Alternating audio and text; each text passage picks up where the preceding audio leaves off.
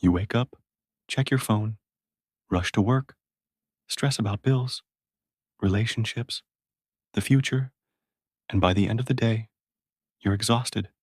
Sound familiar? What if I told you there's another way? Jesus gives us a life-changing principle in Matthew 6:33. But seek first the kingdom of God and his righteousness, and all these things will be added to you. But what does this really mean? Let's break it down. At this moment in Matthew 6, Jesus is talking about worry, about food, clothing, and life's necessities. He just finished saying, "Don't be anxious about tomorrow." Then he drops this truth: seek God first, and he will take care of the rest.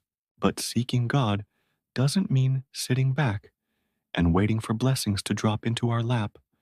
It means aligning our priorities with His. Think about it.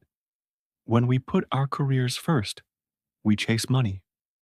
When we put relationships first, we chase approval. But when we put God first, He aligns everything the way it's meant to be. When we focus on His kingdom, spreading love, living righteously, trusting Him, we begin to see His provision in ways we never expected. Imagine a father promising his child that if they trust him, he'll take care of them. But instead of trusting, the child panics, trying to do everything on their own. That's what we do with God. We chase things He already planned to provide. So how do we seek God first? Prioritize prayer and time with Him. Before checking your phone, check in with God. Live righteously. Obeying God's principles opens doors we can't see. Trust in His provision instead of stressing over what ifs.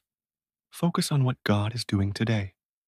So here's the real question: what's first in your life? If it's not God, maybe it's time to realign.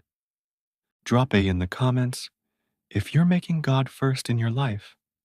Don't just hear this verse, live it. Seek Him first and watch how He takes care of the rest.